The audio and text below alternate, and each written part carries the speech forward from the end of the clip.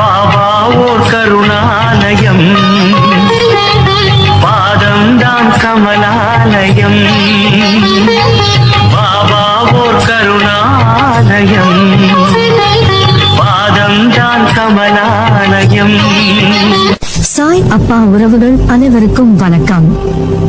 சாய் அப்பா மேல நம்பிக்கை வைத்து அவரை நினைத்து கொண்டு இருக்கும் உங்கள் அனைவரின் வேண்டுதலையும் சாய் அப்பா நிறைவேற்றுவார். நல்லதையே நினைப்போம், நல்லதே நடக்கும் என்றும் சாய் அப்பாவின் அருள் உங்களுக்கு இருக்கும். நம் மனதிற்கு இதமான சாய் அப்பாவின் இன்றைய அருள்மொழியை கேட்போமா? அன்பு குழந்தையே, என் பிரியமும் பாசமும் நிறைந்த என் செல்லமே, உன் வேண்டுதல்கள் எல்லாம் கேட்டேன். அதை நிறைவேற்றித் தரதான் நான் வந்திருக்கிறேன். நீ எப்படிப்பட்ட குழந்தை தெரியுமா? மற்றவர்கள் ஆச்சரியப்படும் அளவிற்கு சீரும் சிறப்புமாக பணக்காரனாக வாழ பிறந்த என் குழந்தை, உன் வருங்காலத்தை பார்த்து உன் நண்பர்களும் உன் உறவினர்களும் வியக்கப் போகிறார்கள். நம் கூடத்தானே இவன் இருந்தான், திடீரென எப்படி இவன் இவ்வளவு பெரிய ஆளாக மாறிவிட்டான் என்று புரியாமல் அவர்கள் திகைக்கப் போகிறார்கள். எப்படியாவது உன்னை வீழ்த்தி பார்க்க வேண்டும் என்று அவர்களும் எவ்வளவோ முயற்சி செய்தார்கள். ஆனால் நீ அதையெல்லாம் என் அருளால் தாண்டி விட்டாய். இனி நீ தொட்டதெல்லாம் ஜெயமாகும். உன் முயற்சிகளில் வெற்றி பெற வேண்டும் என்று நீ நினைக்கிறாய். வாழ்க்கையில் முன்னேற வேண்டும் என்ற எண்ணமும் சாதிக்க வேண்டும் என்ற வேகத்துடன் உன்னுடைய வாழ்க்கையை நகர்த்தி கொண்டு வருகிறாய். ஆனால் உன் நேரம் நீ எடுத்த காரியங்களை முடிக்க முடியாமல் தடுமாறுகிறாய். அப்புறம் செய்யலாம், நாளை யோசித்து முடிவு எடுக்கலாம் என உன் நேரத்தை வீண் அடிகிறாய். அதை மாற்று. ஒவ்வொரு நொடியும் முக்கியம் என் செல்லமே. நீ வீணடிப்பது நேரத்தை அல்ல, உன் வாழ்க்கையை. இன்றைய நாளை எப்படி வெல்வது என்பதை மட்டும் யோசி. இப்போதைய நிலைக்கு என்ன விஷயங்கள் செய்யலாம் என்று யோசி. நாளை அதை செய்வேன், இதை செய்வேன் என்ற கற்பனையில் நேரத்தை வீணடிக்காதே. எதிர்காலத்திற்கான யோசனைகளில் பிறகு கவனம் செலுத்து.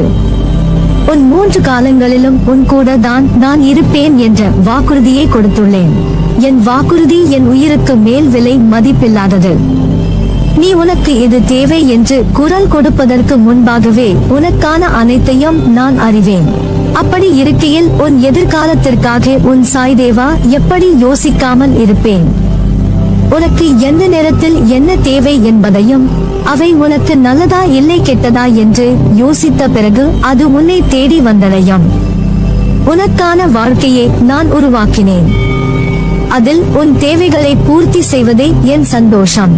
இன்று நீ படும் கஷ்டங்கள் எல்லாம் மறைந்துவிடும். அந்த நன்னாளில் நீயும் உன் குடும்பமும் சுபீட்சமாக இருப்பீர்கள்.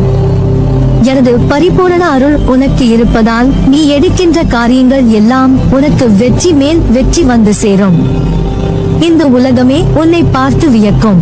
உன் வாழ்க்கைக்கு என்றும் நல்ல இனிமையான சங்கீத்தை கொடுப்பேன்.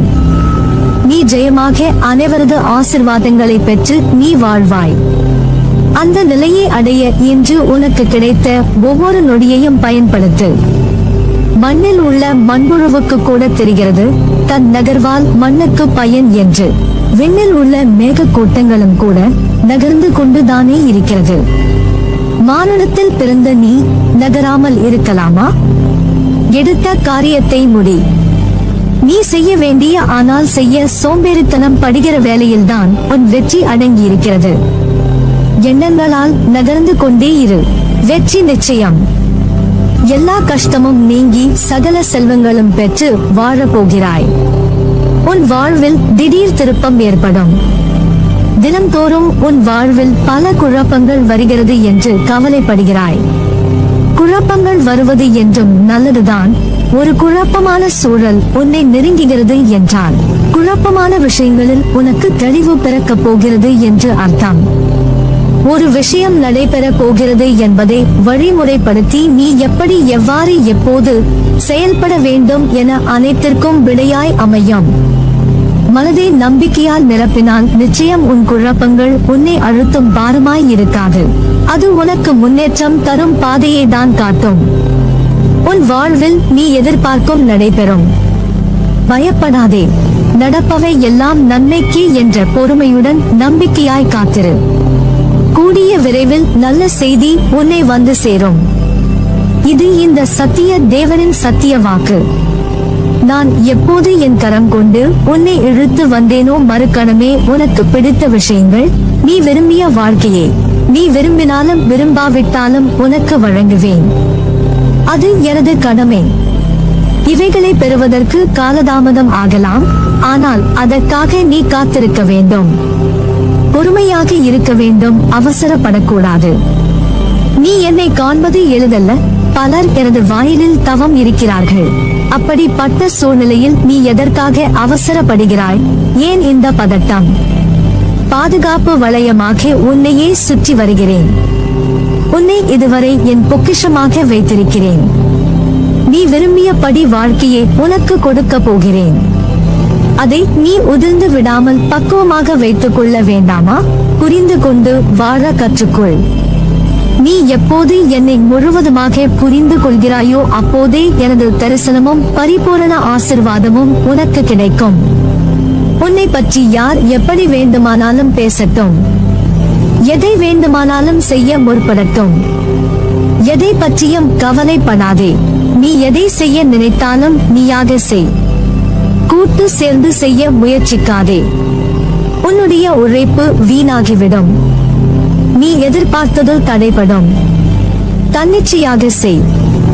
நான் இருக்கிறேன் பக்கபலமாக. உன்னுடைய பாதையில் திடமாக இரு. நான் ஒருவன் இருக்கும் போது யாரையும் தேடி சென்று உனது விருப்பத்தை சொல்ல முயற்சிக்காதே. முதலில் உன் மீது நம்பிக்கை வை. உன் மீது வைக்கிற நம்பிக்கையே என் மீது நீ வைக்கிற நம்பிக்கையாகும். இனி வரும் தருணத்தில் ஜெயிக்க போவது நீயாக இருப்பாய். என்னால் எதுவும் முடியும் என்று நம்பிக்கையோடு இரு. நிச்சயம் அது முடியும். காரணம், உன்னில் இருப்பது நீ அல்ல, நான் இருக்கிறேன் நிழலாக. உனக்காக நீ செல்லும் இடமெல்லாம் உன்னிடம் ஒன்றை நான் சொல்ல வேண்டும். வாழ்க்கையில் எப்போதுமே உன் முன்னே இருப்பதை மட்டும் கவனி. உன்னை பின் நோக்கி இழுக்கும் எந்த ஒரு விஷயத்தையும் யோசித்து பார்க்காதே. பார்த்தால் உன்னால் முன்னே இருக்கும் வழியை பார்க்கும் தருவாயை தவற விடுவாய். சூழ்நிலைக்கு ஏற்ப வாழ்க்கையை அமைத்துக் கொள்வதுதான் வெற்றிகரமான வாழ்க்கையின் பரிபூரண இரகசியம். இந்த உண்மையை உணர்ந்தவர்கள் வாழ்வில் வெற்றி நிச்சயம். வெற்றி பாதையில் பயணிக்க விரும்புபவர் கடைபிடிக்க வேண்டிய முக்கியமான ஒரு அம்சமும் கூட. தெளிந்த நீரோடை போல மனது தெளிவாக இருக்க வேண்டுமானால் சில அடிப்படை கொள்கைகளை கட்டாயம் கடைபிடிக்க வேண்டியதும் உள்ளது. இதில் மிக முக்கியமானதொன்று, இருப்பதை எண்ணி மகிழ்வுறாமல் இல்லாததை எண்ணி ஏக்கம் கொள்வதை தவிர்ப்பது.